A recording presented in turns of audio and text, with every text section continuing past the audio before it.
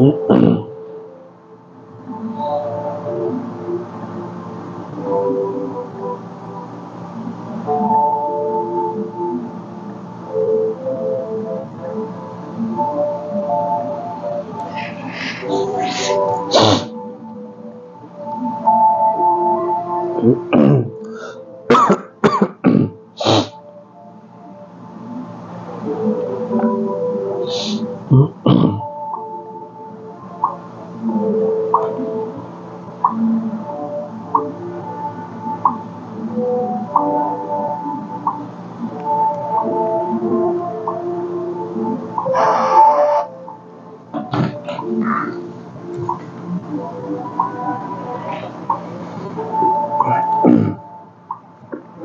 Brasil decide ingressar na OPEP+, grupo que reúne os maiores produtores de petróleo do mundo. O grupo inclui todos os 13 membros da Organização dos Países Exportadores de Petróleo, OPEP, além de outras 10 nações que também são grandes produtores do combustível. O Ministério de Minas e Energia anunciou nesta terça-feira, 18 de 12 de 2024, do 2 de 2025, que o Brasil decidiu aceitar o convite para integrar a OPEP+, o principal grupo de cooperação do setor de petróleo do mundo. O convite formal aconteceu ainda em 2023, mas somente neste ano foi aprovado pelo Conselho Nacional de Política Energética. Conforme o ministro Alexandre Silveira, a medida não gera nenhuma obrigação vinculante ao Brasil e informa que o país vai participar do Fórum de Discussão sobre Políticas Mundiais do setor. Além disso, o governo federal também decidiu integrar a Agência Internacional de Energia e a Agência Internacional para as Energias Renováveis. O Brasil foi convidado para que nós fizéssemos parte da Carta de Cooperação. O que fizemos hoje foi exatamente discutir a entrada do Brasil em 3 organismos internacionais. Autorizamos iniciar o processo de adesão à IEA. Isso está aprovado, é a continuação do que foi suspenso no governo anterior, que é a adesão à IRENA. Ficou decidido o início da adesão à IEA, à IRENA e ao OPEP+, explicou Silveira.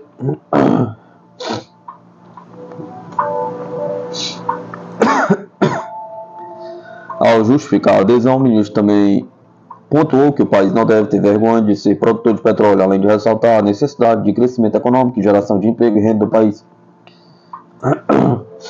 7º maior produtor de petróleo do mundo, o Brasil é responsável por cerca de 4% do volume global extraído, com a média de 4,3 milhões de barris produzidos por dia, principalmente na área do pré-sal. O combustível ainda representa 3,3% das exportações brasileiras, supera até mesmo a soja. Na última semana, a mídia brasileira chegou a informar que a entrada do Brasil na OPEP+, poderia ser adiada para 2025. Isso por conta do país sediado neste ano, em Belém, a COP30, o principal evento que discute as mudanças climáticas do mundo. Em meio aos estudos da Petrobras, apontaram que a produção de petróleo do pré-sal deve começar a cair já a partir de 2030, com o esgotamento total das reservas por volta de 2050. O governo voltou a ressaltar a importância de realizar pesquisa na região conhecida como Margem Equatorial, que fica a cerca de 500 quilômetros da foz do Rio Amazonas. Durante a visita à região norte, na última semana, o presidente Luiz Inácio Lula da Silva pediu a liberação das atividades na área pelo Instituto Brasileiro do Meio Ambiente e dos Recursos Naturais Renováveis. Tem gente que fala que não pode pesquisar a margem equatorial para saber se tem petróleo. Primeiro, ninguém neste país tem mais responsabilidade climática do que eu. Quero preservar, mas não posso deixar uma riqueza que a gente não sabe se tem e quanto é a 2.000 metros de profundidade, enquanto o Suriname e a Guiana estão ricos às custas do petróleo, declarou na data.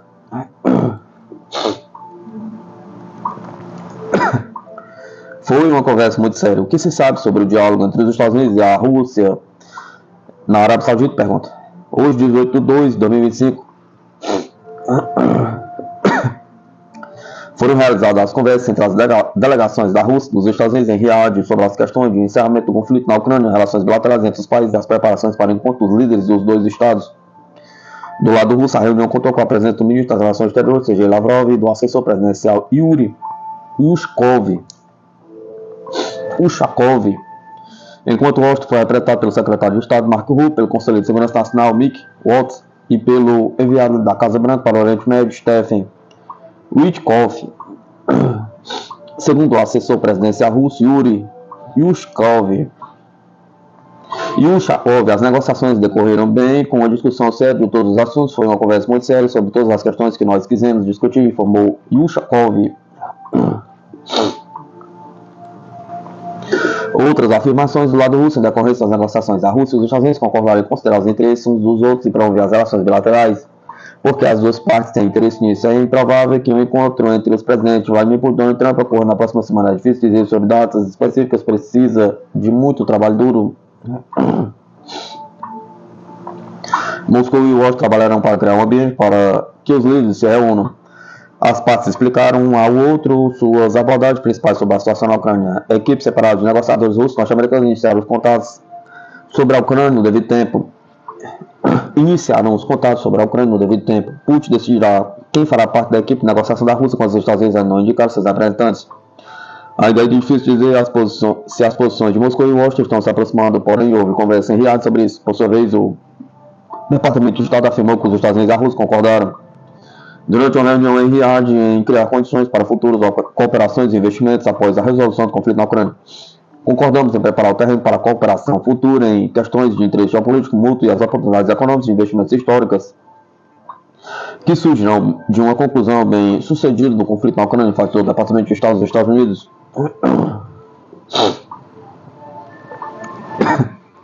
Além disso, o Departamento de Estado destacou que os lados concordaram em criar um mecanismo de consulta com o objetivo de normalizar o trabalho das missões diplomáticas de ambos os países. Concordamos em estabelecer um mecanismo de consulta para tratar de problemas nas relações bilaterais com o objetivo de tomar as medidas necessárias para normalizar o trabalho de nossas missões diplomáticas, acrescentou. O secretário de Estado dos Estados Unidos, Marco Rubio, também sublinhou que trabalho para a resolução do conflito ucraniano exige diplomacia complexa e intensa durante longo tempo. O fim do conflito na Ucrânia só é possível com o acordo de todos os lados, devendo as condições serem aceitáveis.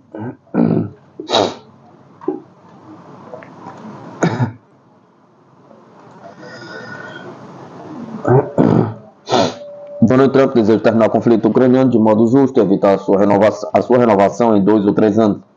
O futuro do processo das negociações sobre a Ucrânia será determinado pela vontade das partes de manter suas promessas, que será visto nas próximas semanas. Em 12 de fevereiro, Putin e Trump conduziram uma conversa telefônica que durou quase 1h30. De acordo com o porta-voz do Kremlin, Dmitry Peskov, os líderes discutiram questões relacionadas ao intercâmbio de cidadãos da Rússia dos Estados Unidos, bem como a resolução da situação na Ucrânia.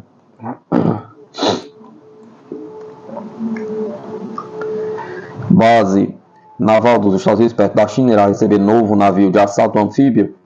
O navio de assalto anfíbio US Tripler irá substituir seu navio irmão US América como navio principal de um grupo anfíbio de prontidão na base naval de Sasebo, no Japão, anunciou um comunicado de imprensa da Marinha Norte-Americana, escreveu Start Trips. O anúncio da substituição do US América emitido no final da semana passada surge após o exército da China lançar à água seu primeiro navio de assalto anfíbio de nova geração em dezembro passado. A Marinha não informou quando a rotação aconteceria, avança o portal.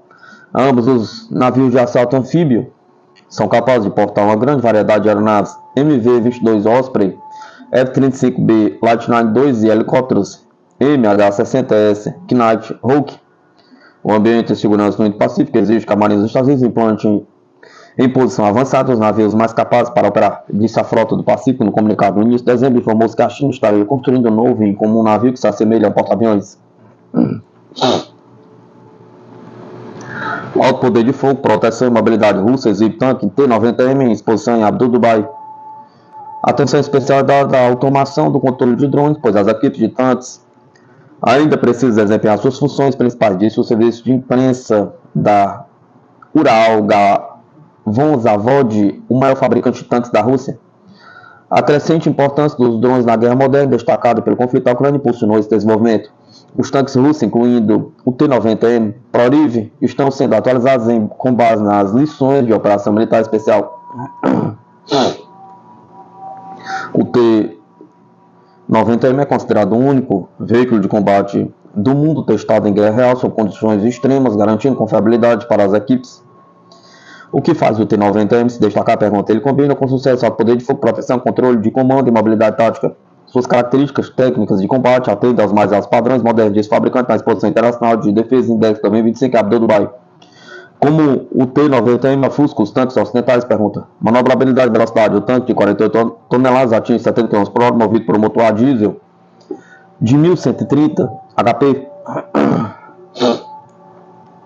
Proteção avançada, equipado com blindagem reativa Relictic e blindagem antiprojétil em comparação com o norte-americano M1 Abrams 67 toneladas, velocidade máxima 66 km, alemão Leopard 2A 63 toneladas, velocidade máxima 70 km, armamento do T-90M, canhão de 125 mm, metralhadora de 12,7 mm e 7,62 mm, mísseis antitanque reflex M e VAR, capazes de neutralizar tanques e veículos blindados de transporte pessoal, infiltraria helicópteros e bunkers, inovações, design de torre aprimorado para reduzir a probabilidade de acesso e ricochetes, cobertura do motor multicamadas para melhor dissipação do calor e proteção contra incêndios, sistema de controle remoto de armas permitindo que a metralhadora acorde ser disparada de dentro da torre, câmera de visão traseira, ar-condicionado e assentos ajustáveis para maior conforto da tripulação.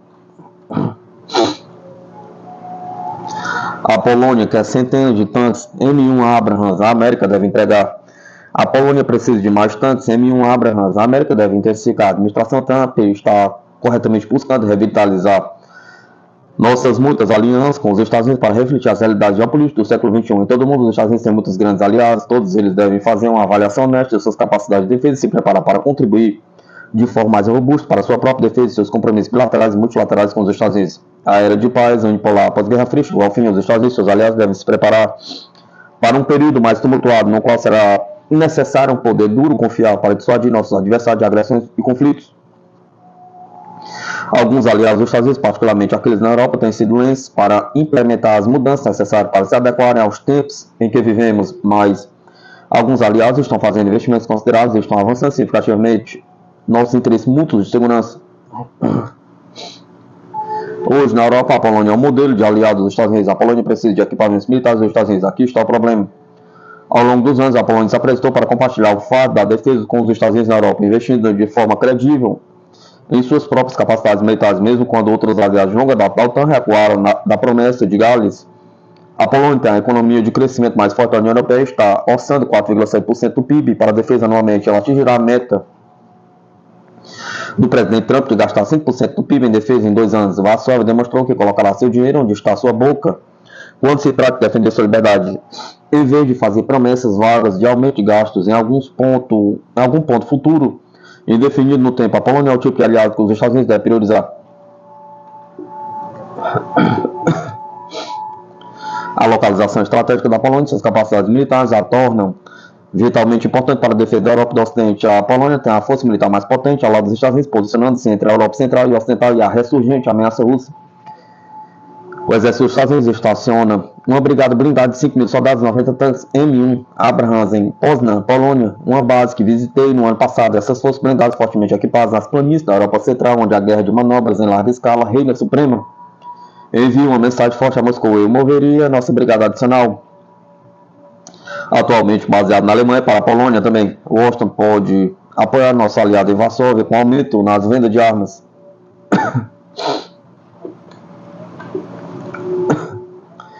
Nos últimos 5 anos, a Polônia comprou mais de 50 bilhões em sistemas de armas modernos dos Estados Unidos, incluindo caças F-35 e quase 400 tanques M1 Abrams, com o compromisso de comprar mais de 800 tanques. Infelizmente, a base industrial de defesa dos Estados Unidos é em declínio. Sob a administração Biden, deixou nossos aliados como a Polônia capazes de comprar todo o equipamento americano que desejam. O governo Biden supervisionou a redução de plataformas de defesa importantes dos Estados Unidos, como o tanque M1 Abrams, tirando fornecedores da indústria de defesa ou fechando completamente. O que era essencialmente um programa de desarmamento de Biden, infelizmente resultou na perda de empregos e prejudicou nossa segurança nacional ao reduzir a resiliência da cadeia de suprimentos.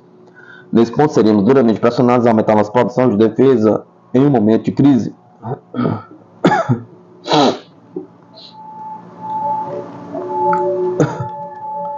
Durante a primeira administração Trump, as atualizações do tanque M1 Abrams atingiram 90 por ano. A administração Biden reduziu esse número para apenas 30. Essa redução não foi apenas prejudicial à nossa postura de defesa e prontidão militar, mas também uma flagrante má conduta econômica. Centenas de empregos no centro do nosso país, como Ohio e Pensilvânia, foram perdidos. Felizmente, há muito dinheiro para restaurar as atualizações do M1 Abrams para os 90 por ano que vimos no primeiro mandato do presidente Trump. A recente resolução orçamentária dos republicanos do Senado inclui 150 bilhões adicionais para a defesa. Embora grande parte disso vá para revitalizar os setores críticos da base do Estado de Defesa, como a construção naval, investimentos também devem ser feitos para colocar as linhas de produção do Abrams, a espinha dorsal do poder terrestre dos Estados Unidos, de volta aos trilhos. Após 4 anos de declínio industrial americano sob o presidente Biden, há muitas áreas de defesa onde os Estados Unidos precisam se atualizar. O presidente Trump e o Congresso podem preencher nossas lacunas de segurança nacional mais rapidamente, priorizando programas para as atualizações de Abrams e as vendas de estrangeiros para a Polônia. A Polônia é um aliado formidável que está compartilhando nosso fardo de defesa. Vamos garantir que temos todos os fabricantes e as pessoas que eles precisam.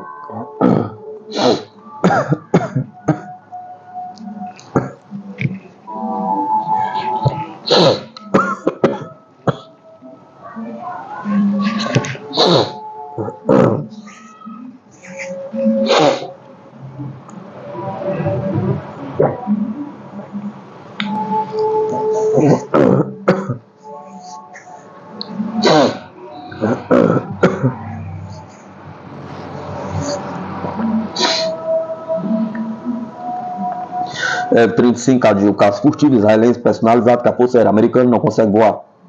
O F-35 adia a variante personalizada do F-35 de Israel redefiniu o domínio aéreo no Oriente Médio com capacidades aprimoradas de guerra eletrônica e armas integradas localmente.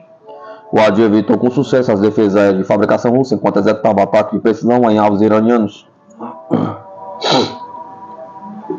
Ponto-chave número 1. Seu histórico de combate inclui a interceptação de drones e mísseis de cruzeiros iranianos, provando sua furtividade e poder de fogo inigualáveis.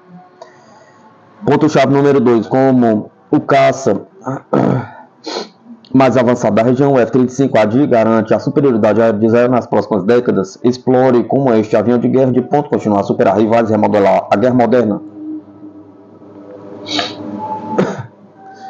O F-35 ADI, o caso furtivo que a Força Aérea dos Estados Unidos não tem. O F-35 Lightning II é uma variante israelense de quinta geração chamada F-35 ADI, o poderoso. O F-35 é um caça de ataque furtivo supersônico, monomotor e monoposto, fabricado nos Estados Unidos, construído pela Lockheed Martin.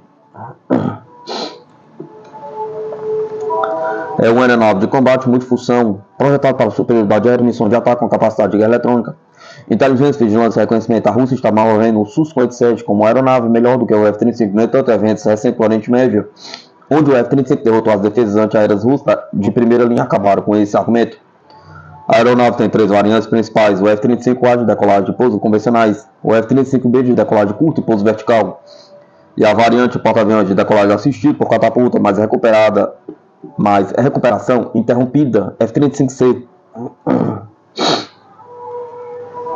Os israelenses compraram o F-35 nos Estados Unidos em 2010 e queriam instalar seus próprios sistemas de guerra eletrônica no conjunto eletrônico embutido do Lightning. No entanto, eles queriam um recurso plug and play adicionado ao computador principal para permitir o uso de eletrônicos israelenses como complementos e para encaixar seu próprio pod de interferência externa. A princípio, os Estados Unidos se opuseram a quaisquer modificações, mas em 2011 eles cederam e a Lockheed Martin construiu a aeronave com destino a Israel, onde os sistemas eletrônicos israelenses foram instalados. Além disso, os Estados Unidos permitiram que Israel montasse seus mísseis, e a variante israelense pode ser até melhor do que o design original. Algumas dessas mudanças envolveram contramedidas e sensores específicos que eram particularmente as necessidades de Israel, como displays montados no capacete e outras capacidades de coleta e processamento de dados. Os pilotos podem usar o conjunto eletrônico da plataforma para bloquear o sistema de orientação eletrônica das armas antiaéreas inimigas. Israel insistiu em se envolver no processo de fabricação e agora produz as externas e os sensores eletrônicos. Em 2018, o comandante da Força Aérea Israelense, Major-General Amikam Norkin, relatou que a Força Aérea de Israel se tornou o primeiro serviço a usar o F-35 ADI em combate. A Força Aérea Israelense relatou que, quando o Irã lançou 32 foguetes em Israel, a Força Aérea contra-atacou com sua frota de F-35 ADI, que destruiu sistemas antiaéreos e outros alvos. Em 2021, Israel abateu 2 drones lançados pelo Irã, que foi a primeira vez que o ADI abateu uma ameaça aérea.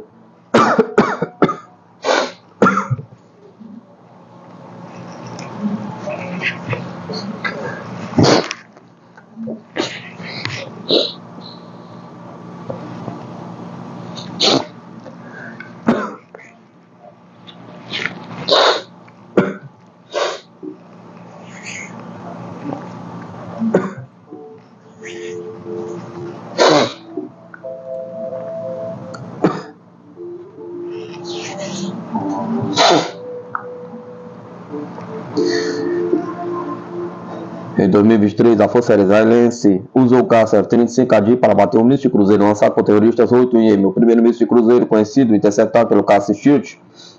Nos últimos dias, um míssil de cruzeiro lançado do sudoeste em direção à espaço aéreo israelense foi detectado pelo sistema de controle de detecção da Força Aérea.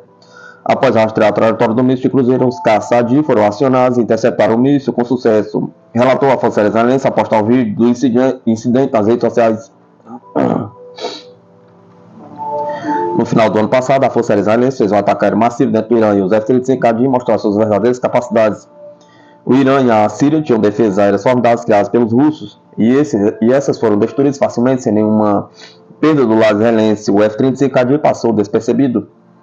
O almirante Tony Radakin, chefe do Estado-Maior de Defesa da Inglaterra, disse: Israel usou mais de 100 aeronaves carregando menos de 100 munições. Nenhuma aeronave chegou a menos de 100 milhas do alvo na primeira onda. Isso derrubou quase todos os sistemas de defesa aérea do Irã e isso destruiu a capacidade do Irã de produzir mísseis balísticos por um ano e deixou o Teherã com um dilema estratégico sobre como responder. Esse é o poder da aeronave de quinta geração combinado com mira requintada de inteligência extraordinária, acrescentou Radakin. E tudo isso foi entregue a partir de uma única surtida. Os israelenses mostraram que o F-35AD, o F-35 construído pelos americanos, está mais do que a altura da tarefa do seu design, embora os custos de construção deles ainda sejam muito altos, eles estão diminuindo gradualmente. Os Su-57 de fabricação russa são apregoados como seus iguais, mas isso não é verdade.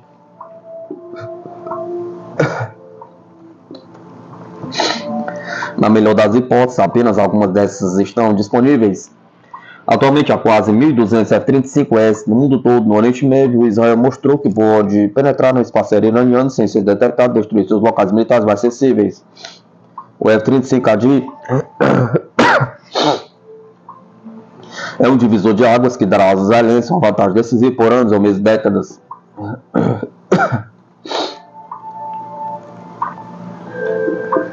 O novo bombardeio Tu-160M da Rússia pode ser resumido em apenas duas palavras. A Rússia reiniciou a produção do bombardeio Tu-160M Blackjack, atualizando os designs da era da Guerra Fria com novos motores aviônicos e revestimentos tilt. Embora a medida impulsione as capacidades de ataque de longo alcance da Rússia, também levanta questões sobre o atrasado bombardeiro Tilt PAC-DA, ponto-chave número 1, com 50 novos Tu-160M planejados e atualizações contínuas em 16 aeronaves existentes. Moscou está preenchendo uma lacuna crítica de bombardeiros enquanto seus antigos Tu-95 se aposentam.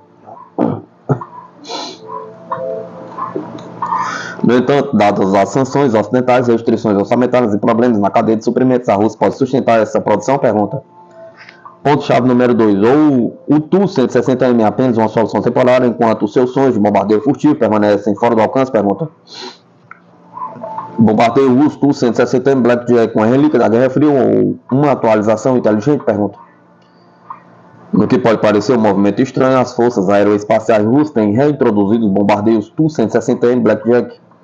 Da década de 1980, na produção em 1995, eles pararam de produzir os grandes bombardeiros supersônicos não furtivos, mas reverteram essa decisão há 10 anos.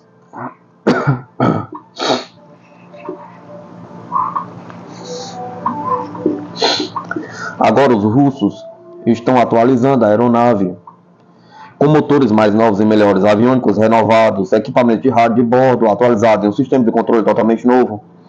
Ela também apresenta um moderno sistema de guerra radioeletrônica. Por que Moscou está fazendo isso? Pergunta. Por que trazer de volta um velho bombardeiro, embora claramente atualizado para padrões muito mais modernos? Pergunta. Porque os russos estão gastando dinheiro para comprar designs antigos. O Tu-160, naquela época, era um bombardeiro robusto, ele podia voar em Mesh 2, lançar uma enorme carga de bombas convencionais ou lançar um grande número de mísseis cruzeiros nucleares com os Estados Unidos. Essa era a sua missão principal. No entanto, assim como o bombardeiro americano B-52, que é muito mais antigo, o Blackjack agora deve operar em um ambiente permissivo, onde a Rússia tem superioridade aérea, mas eles estão construindo-os agora por causa do mais novo bombardeiro russo, bombardeiro furtivo, PAC-DAC, Polanik, Pousanik, que está longe de estar pronto ou é apenas mais uma arma maravilhosa que Putin que nunca será construída. Então, o bombardeiro Blackjack, uma mercadoria conhecida, foi recolocado em serviço porque há uma lacuna nas necessidades russas de ataques de longo alcance, especialmente na Ucrânia. Reiniciar a produção do Tu-160 foi uma tarefa e tanto para todos os afiliados da Rostec. A documentação do projeto foi totalmente digitalizada com os prazos mais apertados. A técnica de soldagem a vácuo de peças de titânio foi restaurada e a produção de unidade de fuselagem foi retomada. Hoje podemos dizer com confiança que tivemos sucesso em todos os aspectos. Sergei Chemzov, CEO da Rostec, foi citado pela mídia russa.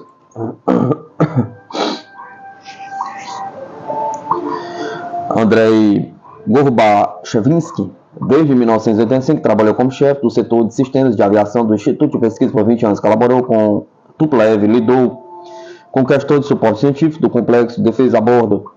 Em 2018, ele escreveu um artigo em um jornal militar russo que se opôs fortemente a trazer os Tu-160S de volta à linha de produção. Mais tarde,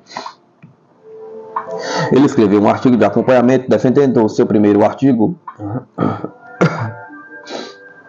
É a opinião dele, no entanto, alguns dentro da Rússia não devem estar confiantes nas capacidades da aeronave. A Rússia pode realmente se dar o luxo de construir, manter e fornecer os Tu-160Ms, considerando o estado de sua economia. Agora pergunta, esses custos de fato não foram considerados?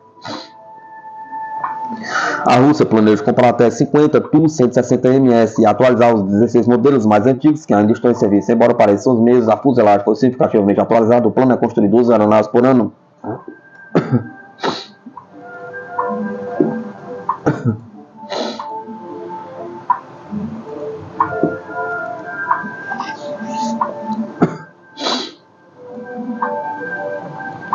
E embora muitos zombem da ideia de reiniciar a produção de uma fuselagem mais antiga, como a Backfire, a aeronave tem sido um dos pontos positivos para os militares russos durante a guerra mais tensa em que estão envolvidos. Os Tu-160S podem lançar munições longe das defesas aéreas da Ucrânia. Cada bombardeiro pode transportar até 6 mísseis de cruzeiro de ataque ao solo KH-55SM, cada um capaz de transportar uma ogiva nuclear convencional.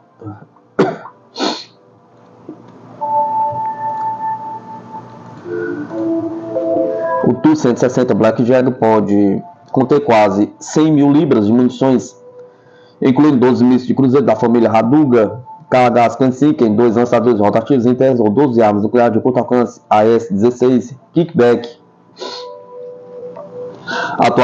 Algumas atualizações interessantes incluem o seguinte: os Tu-160M recebem um revestimento de baixa observação para reduzir sua assinatura de radar e dar a eles uma aparência de furtividade.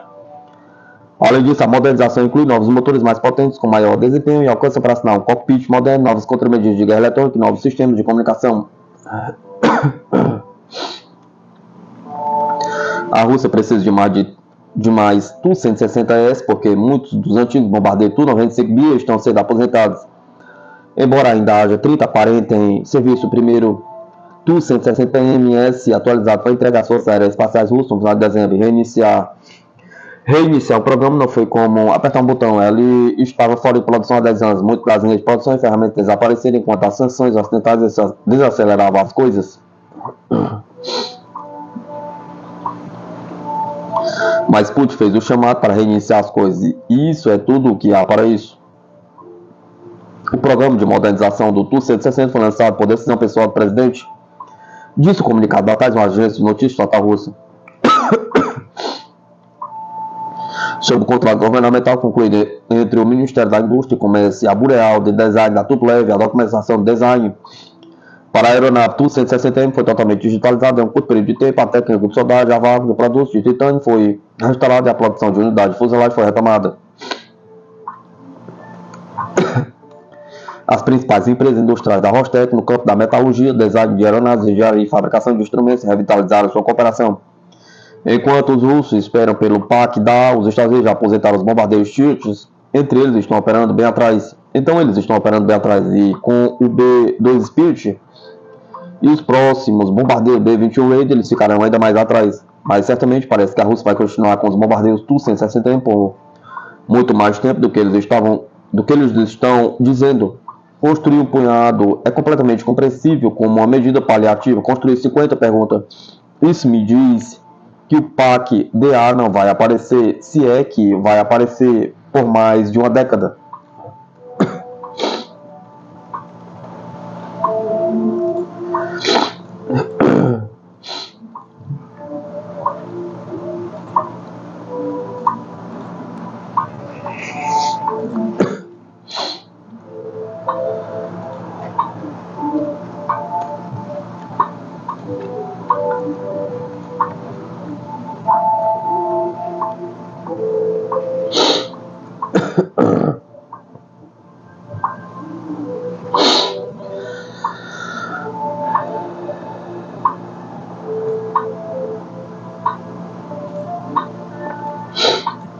A Marinha Inglesa venderá o porta-aviões HMS Prince of Wales? Pergunta.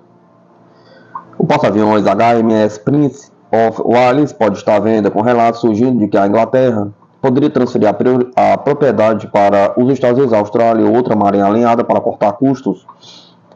A capacidade da Marinha Real de manter e operar dois porta-aviões está em questão, pois falhas mecânicas, escassez de aeronaves e aumento nos custos de defesa pesam muito sobre a força. No entanto, com a crescente ameaça da Rússia na Europa e a crescente dependência da OTAN do poder marítimo, alguns especialistas argumentam que manter os dois porta-aviões da classe Queen Elizabeth é crucial. Um acordo de transportadora compartilhado entre a Inglaterra, os Estados Unidos e a Austrália poderia ser a solução? Pergunta. O dilema dos porta-aviões ingleses. A Marinha Inglesa está pronta para a guerra? Pergunta. A Marinha Inglesa agora tem dois porta-aviões da classe Queen Elizabeth. No entanto, um deles poderia estar à venda algum dia no futuro? Pergunta. Uma reportagem de um ano atrás do Daily Mail cita fontes indicando que, de fato, a Inglaterra pode vender seu porta-aviões HMS Prince of Wales para economizar dinheiro devido às deliberações entre membros do Grupo de Planejamento Empresarial Marítimo da Inglaterra, um grupo de planejamento estratégico futuro do Reino Unido. A possibilidade seria vender porta-aviões de 3,5 bilhões de euros para os Estados Unidos, a Austrália ou talvez alguma outra marinha aliada. Uma fonte citada no Daily Mail diz que este Maritime Enterprise Planning Group está ciente que a Royal Navy está lutando para manter os compromissos operacionais e tem que expandir a frota o mais rápido possível.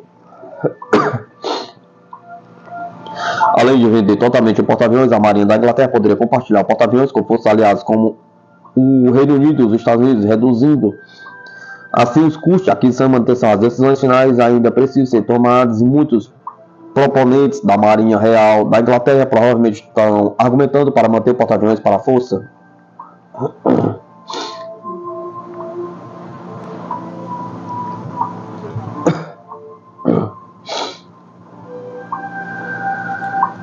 Embora pareça que o porta-aviões da classe Queen Elizabeth nunca ter sido colocado à venda no ano que passou, ainda restam dúvidas sobre esses navios de guerra e se a Marinha Inglesa está preparada para cuidar deles e usá-los em cenário de combate.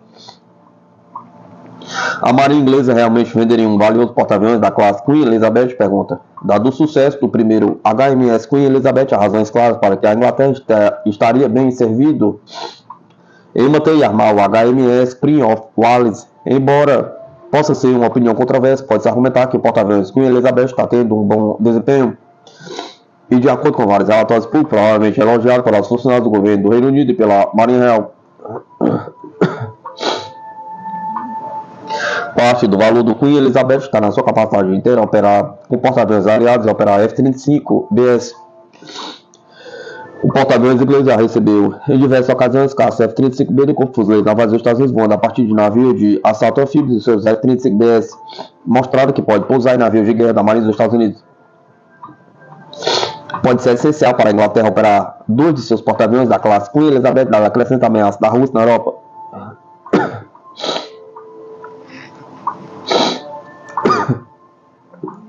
Com o segundo porta-aviões, a Inglaterra poderia defender suas águas com mais facilidade, projetar poder no Mar Báltico, um ponto de onde poderia colocar a Rússia em risco. Nesse cenário, um HMS Wales, de propriedade da Inglaterra, poderia operar muito longe de seu país de origem e deixar a Grã-Bretanha com um porta-aviões operacional à sua disposição em suas próprias costas.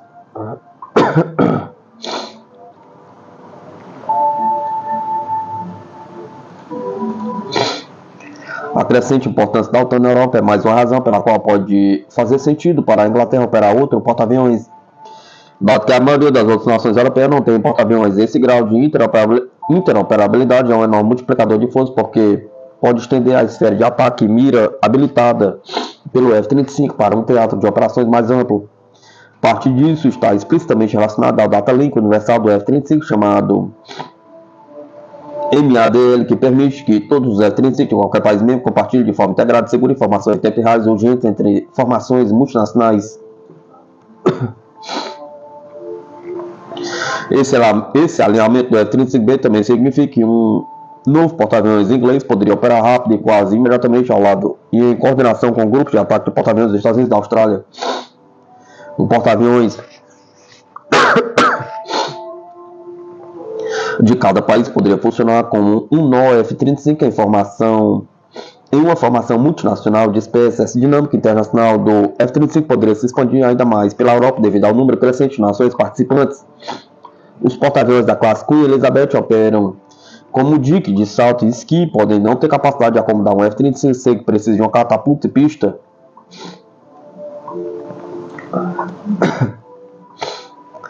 No entanto, dadas as distâncias entre a Inglaterra e os oceanos e litorais por toda a Europa, o F-35B lançados por porta-aviões da Inglaterra poderiam facilmente interoperar com os F-35 poloneses e alemães lançados por terra. Esta também é uma dinâmica de ataque multiplicadora de força que permite que países europeus aliados expandam gradualmente qualquer campanha aérea potencial por todo o continente. A interoperabilidade multinacional fortificada do F-35 também é uma forte razão pela qual pode fazer sentido operacional que o porta-aviões seja compartilhado entre a Inglaterra, a Austrália e os Estados Unidos.